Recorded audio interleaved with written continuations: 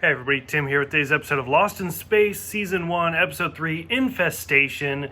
This was rough. This was not that great of an episode, which is kind of weird because, the first episode was great, the second episode was also really good, and then this one just kind of dropped the ball a little bit, where, for one, it had opening credits, which the first two episodes did not, so I thought that was kind of an interesting choice, that they brought in those credits.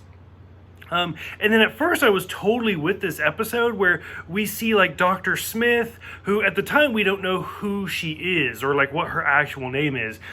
Throughout this episode we learn that her name is June Harris, which is kind of interesting because Harris was the last name of the guy who played Dr. Smith in the original series.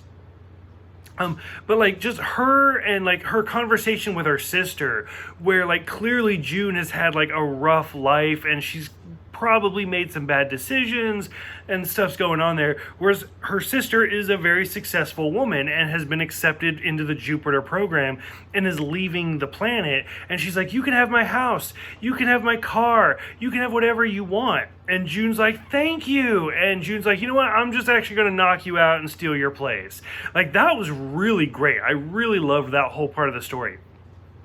The rest of this episode, although it had some really interesting character development, basically boiled down to these giant worms are eating the Jupiter 2's fuel. And that's it. It was so bad. We learned some other stuff. I love Dr. Smith's line about how she's a family psychologist.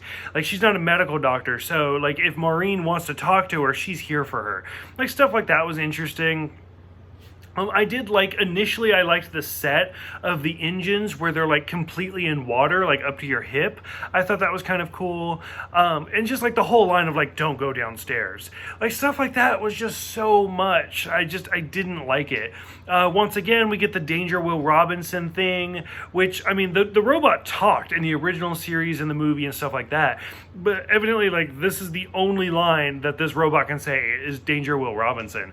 It was the cliche line of the original series because he said it all the time, but to that be the only line he can say, I'm not digging it. I want a little bit more vocabulary out of him.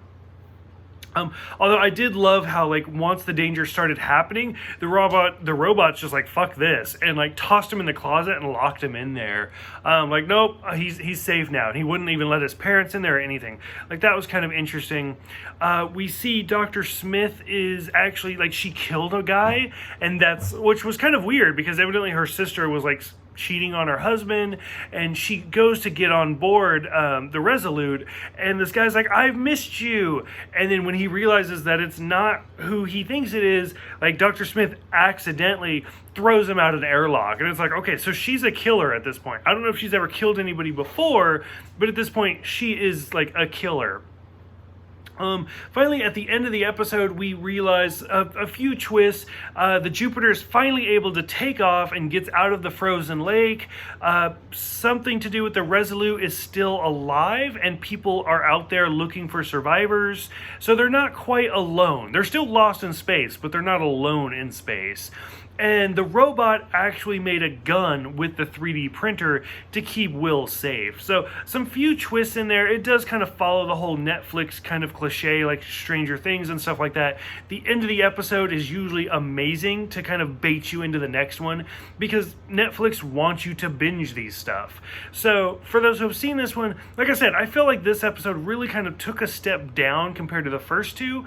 What did you guys think? Thank you guys for everything, and I will see you guys next time for The Robinsons Were Here.